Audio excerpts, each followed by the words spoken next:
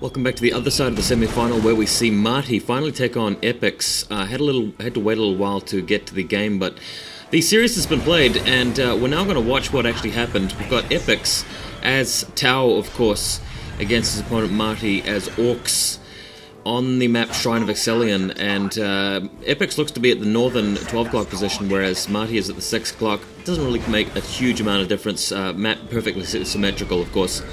And yeah, Orcs versus Tau. We've seen the matchup before, earlier on in the tournament, Epix versus Womble.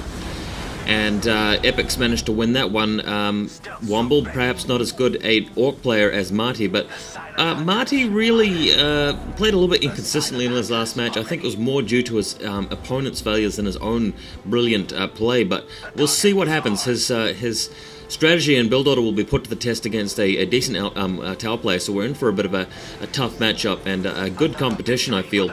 As you've seen, both players...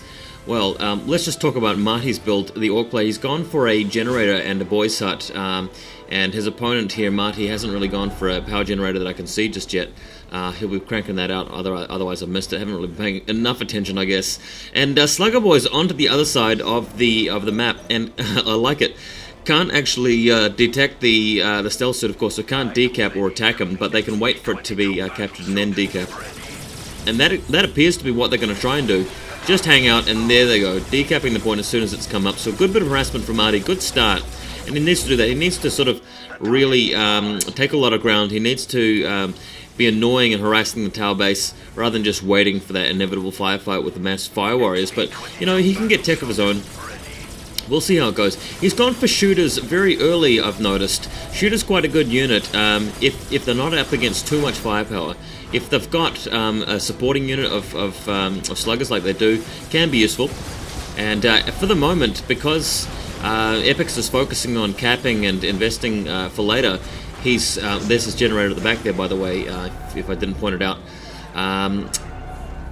He hasn't got many troops just yet. He's been waiting. He hasn't built fire warriors so quickly, and he's relying on his commander to get the job done. In the meantime, Orc's actually decapping points here, so Marty giving himself an early lead, and his big mech has arrived. In the meantime, he's capping a lot of points on his own without reply, really, from Epix. There's that LP going up. Plenty of Slugger Boys in the background. Well, one Slugger Boy squad is enough. That's plenty, in my opinion, to actually do some capping while you're doing this, which is harassing, preventing that relic from being captured by the tower there, and really just fending things off, preventing that point from being taken, and keeping himself in the lead in terms of economy. He might be able to do some damage to tier 2. Here's the Fire Warriors. Of course, haven't really reached any sort of critical mass. We're just on one squad. It's not going to make too much of a difference just yet. And, of course, Epix will actually have to get up to tier 2, get some upgrades for them before they're really going to pack a serious punch. Getting to tier 2 can be a problem if you're not really getting a lot done in terms of capping. And as you can see, Marty's really timed his attacks right with his sluggers. He's put them in the right positions. He's preventing those points from going up. In the meantime, he's got a wire banner. But if I just heard that correctly, we've got some Vespids being created from Epix there, so that might allow him to do a bit of return harassment and get himself back in the game. He's going to need to, I feel. Otherwise, Marty should be able to take it. So as you can see, Vespids fending off those sluggers, just trying to make them run away so he can finish that point. But the mech has shown up to support. Big Mech should be able to take those Vespids out, no trouble. Commander moving in, using his mobility to really get some shots off. Here we go, and ploughing into those Slugger Boys. But Slugger Boys, of course, taking a while to get shot at. It's just one unit, obviously, which is shooting at them, one commander. And ooh, Flamethrower burning him up in cover. Flamethrower ignoring cover, but just really cannot deal with a whole squad like that. He's just one guy, so even though he's a commander, Tower Fire Warrior commander, just can't really dish it out all on his own like some of the other commanders of the other races could. Just doesn't really have the support, doesn't have the stats for it, I think. He's got maneuverability and guns though, and he's got that special ability which makes him really handy in combination with Fire Warriors. But yeah, good for scouting. And Vespid's coming back, trying to do some damage to these Orcs, trying to discourage them from taking that relic. And here is a group of Storm Boys, nice and early, and I like that, nice and early, right before there's too many Fire Warriors to deal with, and this is good. It's going to allow him to get into some great positions. We're going to see him probably come up on the ramp here. Nicely done. Right behind the Fire Warriors, prevents him from relentlessly shooting, and oh, got an opportunity here. Epix has moved in position with a second squad, so if he was to keep two squads apart here and start shooting, For some reason, he's hesitated with his fire warriors. There it is. So that's what he's waiting for.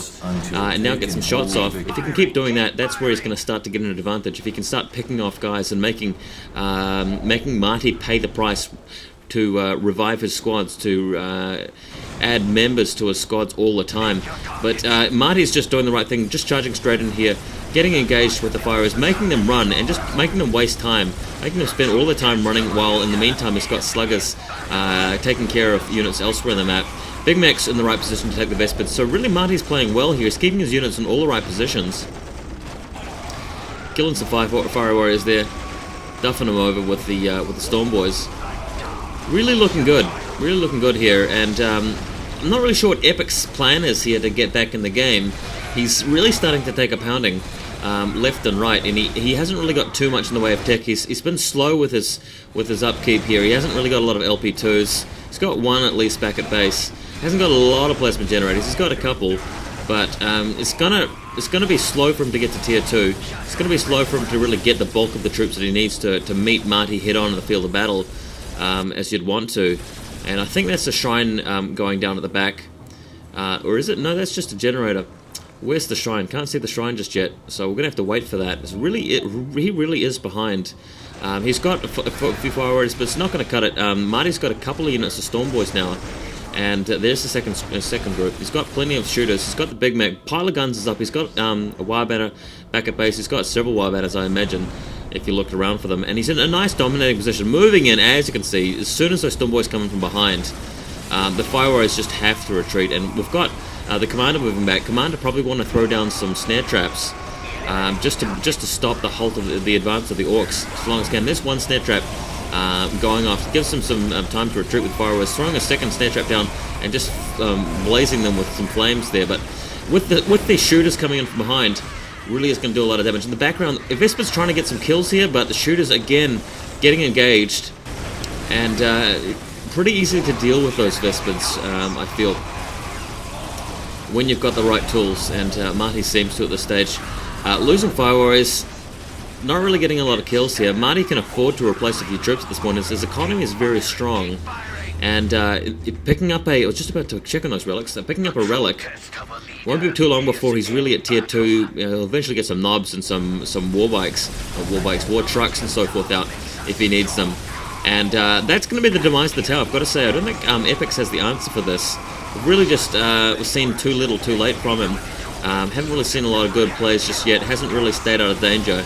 And unfortunately, he's now in a really bad way. Marty can afford to just chase his troops for the next several minutes and just stave off his bulk tier 2 production. Some good shots going on here, getting some kills from the shooters. Really nice to be able to to crossfire those guys off, but it's not going to be enough here. There's the Storm Boys just bashing that commander. It looks like he's surrounded. Oh my god, he doesn't have any jetpack juice left, and bam! Losing his commander. Well, that's it. I don't think Epix can recover from that. Epix has got very, very little in the way of anything. He's got those stealth suits there, but as we know, stealth suits just don't really cause enough damage, and as soon as the detection comes in, they're going to get trashed. Broadside suit coming onto the field, that's really a defensive move, and you can't really win a game like this through sheer defense. Not from this position, I believe. He's got really nothing that's going to...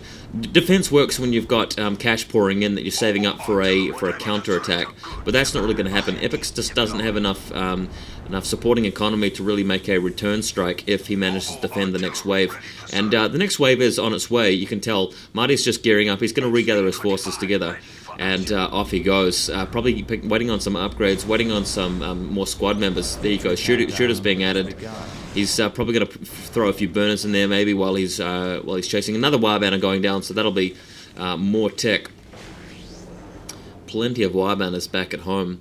And time to move out now. Looks like Marty's going to pick the western fringes of the map to make his push through the craters there. Broadside battle suit back at home. It looks to be the only battle suit available. There's the shrine in the background. Not really sure what he's upgrading at the moment, but just had to take a couple of points back in his own territory. He's got neither of the relics. He's going to have to rebuild his commander as well, which is just a shame. It's a shame that he couldn't really time it well enough to pull out of combat. And here come the orcs.